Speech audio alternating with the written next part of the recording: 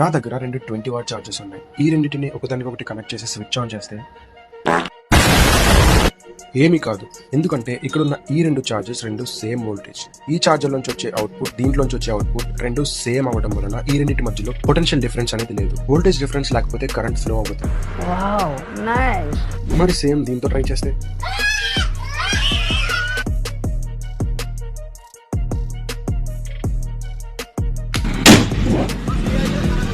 ఇప్పుడు కూడా ఏం కాలేదు. ఎందుకో చెప్పే ముందు ఈ బోర్డులో పవర్ ఉందో లేదో చూసి కన్ఫర్మ్ చేసుకోండి. టెస్టర్ లైట్ బ్లింక్ అవడం మీరు క్లియర్ గా చూడొచ్చు. ఇదంతా ఎందుకు చూపిస్తున్నానంటే ఈ బోర్డులో పవర్ లేదేమో అని మీకు డౌట్ రావచ్చు. ఇక్కడేం కాకపోవడానికి రీజన్ సేమ్ పొలారిటీ. ఇక్కడ నేను రెండింటిని సేమ్ టెర్మినల్స్ కి కనెక్ట్ చేశాను. నెగిటివ్ కి నెగిటివ్ అండ్ పాజిటివ్ కి పాజిటివ్. సో ఇక్కడ సింపుల్ ప్యారలల్ కనెక్షన్ ఫామ్ అయింది. సేమ్ టెర్మినల్స్ కనెక్ట్ చేసినప్పుడు ఏమీ కాదు, కానీ పొరపాటున షార్ట్ చేశారంటే మాత్రం